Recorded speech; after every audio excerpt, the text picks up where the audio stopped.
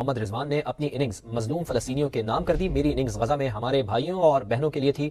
मोहम्मद रिजवान की जानिब से ऐसा कहा गया। ट्वीट के रिजवान ने पूरे भारत को जो है ना बौखला कर अच्छा, ये एक ट्वीट की बात नहीं है। आप मोहम्मद रिजवान ने अगर सेंचुरी बनाने के बाद सबको पता है कि वो हमेशा अल्लाह ताला का शुक्र अदा करते हैं और सजदे में सर झुकाते हैं। इस पर भी उनका मसला है। इस पर भी मसला है। फिर नमाज की अदायगी के लिए ग्राउंड में जो उन्होंने नमाज की अदायगी की है उस पर भी इंडिया को मसला है बन रहा है। तो यहाँ पर हिंदू के अलावा जो और कौमें रहती होंगी उनका कितना जीना हराम करते होंगे, ये तो मुंह बोलता सबूत है। नादिन, मोहम्मद रिजवान ने फलस्तीनियों के हक में बयान क्या दिया। पूरा क्रिकेट बोर्ड, इनफैक्ट जो भारतीय क्रिकेट शायकीन है वो मोहम्मद रिजवान को आड़े हाथों ले रहे हैं और यहां तक कि आईसीसी तक बात पहुंचा दी गई है। यानी यूं कह लें कि मोहम्मद रिजवान मुश्किल में हैं।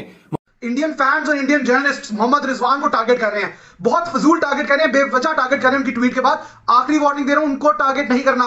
मोहम्मद रिजवान आखिरी बंदा होना चाहिए जिसको आप टारगेट करोगे, इसके बाद मैं नहीं सुनूंगा। ये आखिरी वार्निंग है। ये मोहम्मद रिजवान का जो 100 उन्होंने डेडिकेट किया गजा के मुसलमानों के नाम, वहां पे जो जुल्म हो रहा है उस पर कुछ उसको कंट्रोवर्सी बनाने की कोशिश की जा रही है। चाहे ये गलत बात है, एक प्लेयर ऐसा नहीं कर सकता, और उन्होंने किया भी सोशल मीडिया पे, ग्राउंड के अंदर तो उन्होंने ऐसा कुछ नहीं किया। ये आपकी बहुत बिल्कुल वैलिड रीजन है इमरान के, सोशल मीडिया पे वो कुछ जो भी कह सकता है।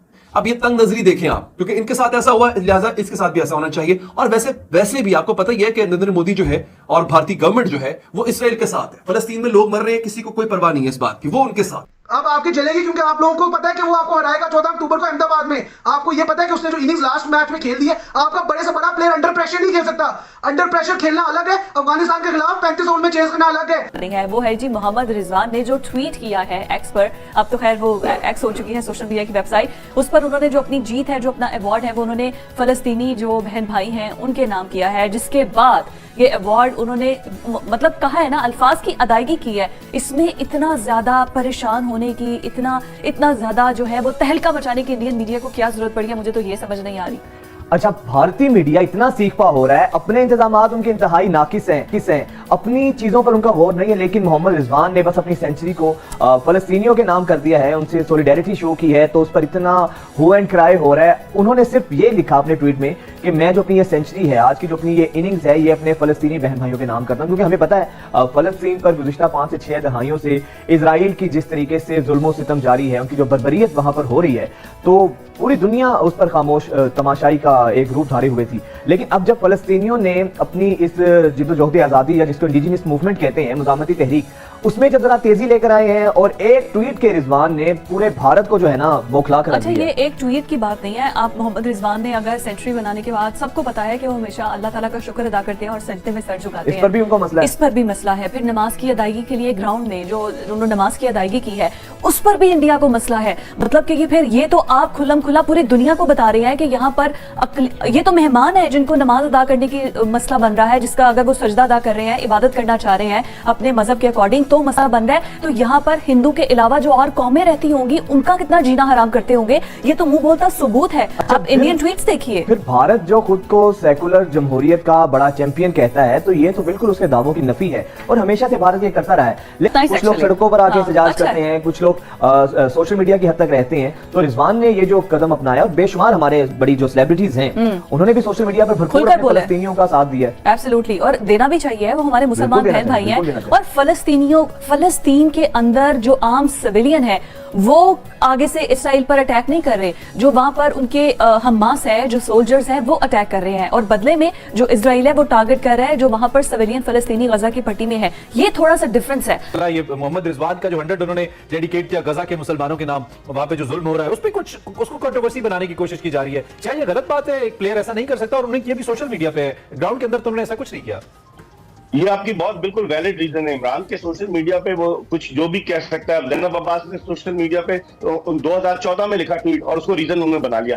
लेकिन रिजवान, अब आप नोट करें कि पाकिस्तानी खिलाड़ी भी बड़े मोहतात हैं। अमूमन पाकिस्तानी बैट्समैन सेंचुरी स्कोर करने के बाद या 5 विकेट लेने के बाद सजदा किया करते थे। लेकिन भारत में आपने देखा कि इमरान वो अपने रिजवान जो है वो अल्लाह की तरफ हाथ उठा के उसका शुक्र अदा कर रहे थे। ये बिल्कुल गलत है। अब इसके पीछे लग जाएगा। अभी तो मुझे लग रहा है जका साहब को टफ टाइम मिलेगा, क्योंकि उन्होंने एक स्टेटमेंट दिया था कि अगर आप दुश्मन मुल्क में जा रहे हैं खिलाड़ी तो हमारा पूरा सपोर्ट है, हौसला अफजाई करें। तो वहां भारतीय मीडिया, आपको पता है 1.25 अरब की आबादी है, इतना बड़ा मीडिया है, बहुत छोटी छोटी चीजों को निकालता है और उनका सारा फोकस पाकिस्तान पर है, दीगर टीमों पर नहीं है। आप देखें हर मुल्क का तमाशाई आपको नजर आएगा अपने मुल्क की शर्ट पहने, पाकिस्तान का कोई नजर नहीं आता। तो इसका जिम्मेदार कौन है? मैं समझता हूँ भारतीय मीडिया बहुत ज्यादा अब जो है ना ज्यादा देखकर माइक्रो अंदाज से जो है वो सारी चीजें देख रहा है। नादिन, मोहम्मद रिजवान ने फलस्तीनियों के हक में बयान क्या दिया, पूरा क्रिकेट बोर्ड, इनफैक्ट जो भारतीय क्रिकेट शायकीन है वो मोहम्मद रिजवान को आड़े हाथों ले रहे हैं और यहां तक कि आईसीसी तक बात पहुंचा दी गई है। यानी यूं कह लें कि मोहम्मद रिजवान मुश्किल में हैं, लेकिन इसके साथ साथ उन्होंने कल की जीत को और अपनी परफॉर्मेंस को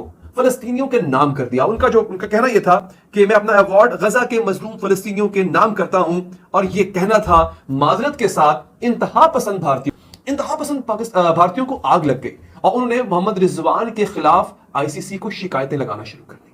अब यहां पे राहुल रवात आईसीसी से पूछते हैं कि ICC prohibits cricketers from making political statements during such events, कि आईसीसी क्रिकेटर्स को रोकता है कि वो ड्यूरिंग द इवेंट यानी मैचेस के दौरान या किसी इवेंट के दौरान सियासी स्टेटमेंट या सियासी बयान नहीं दे सकते।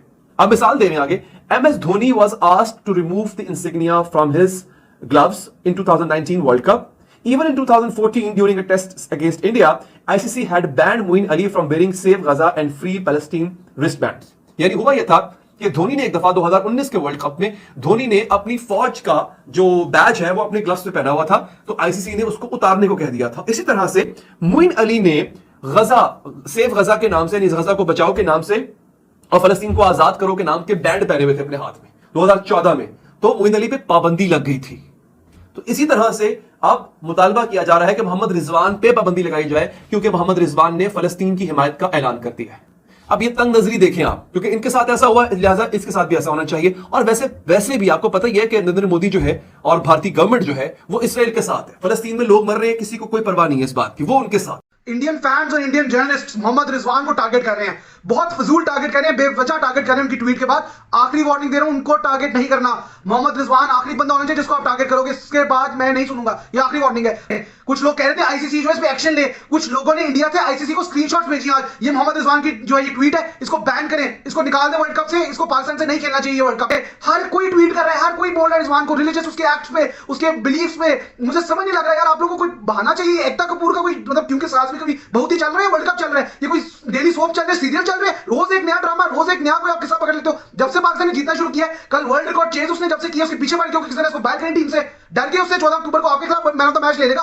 अगर पाकिस्तान हारा होता ना, आप लोग कभी भी इसको पॉइंट आउट ना करते। उसने ट्वीट कर दिया फलस्तीन के लिए, फलस्तीनी भाई बहनों के लिए, तो क्या अब आपकी जलेगी? क्योंकि आप लोगों को पता है कि वो आपको हराएगा 14 अक्टूबर को अहमदाबाद में। आपको ये पता है कि उसने जो इनिंग्स लास्ट मैच में खेल दी है, आपका बड़े से बड़ा प्लेयर अंडर प्रेशर नहीं खेल सकता। अंडर प्रेशर खेलना अलग है, अफगानिस्तान के खिलाफ 35 ओवर में चेस करना अलग है। ये कोई जीत नहीं आज इंडिया की अफगानिस्तान के अगेंस्ट। जिस पिच पे, जिस मैच में अफगानिस्तान ने इंडिया को 270 कर दिया, उस पे आपको फॉरफीड कर देना चाहिए था इंडिया। आप उधर ही हार गए थे जहां पे आपने अफगानिस्तान से 270 खा लिया था। इस पिच में वर्ल्ड कप में 15-16 मैचेस का एक्सपीरियंस है मुश्किल से उनका, और आप मोहम्मद रिजवान में बातें कर रहे हो, उसको टॉन्ट कर रहे हो, उसके खिलाफ ट्वीट्स कर रहे हो, उसको डीएम्स कर रहे हो, उसको मैसेजेस कर रहे हो ट्विटर पे, उसके कमेंट्स कर रहे हो फजूल से, और गलत एलिगेशंस लगा रहे हो। और आईसीसी से आप बेशरम बेगैरतों की तरह आपकी अच्छी तरह इज्जत हुई। उन्होंने बता दिया कि कोई भी ऑफ फील्ड एक्ट का कोई लेना देना नहीं आईसीसी से, आईसीसी उसमें कोई एक्शन नहीं लेगा। ये सब चीजें छोड़ दो, आप लोग जो इसमें फ्लॉप हो गए और हो रहे हो।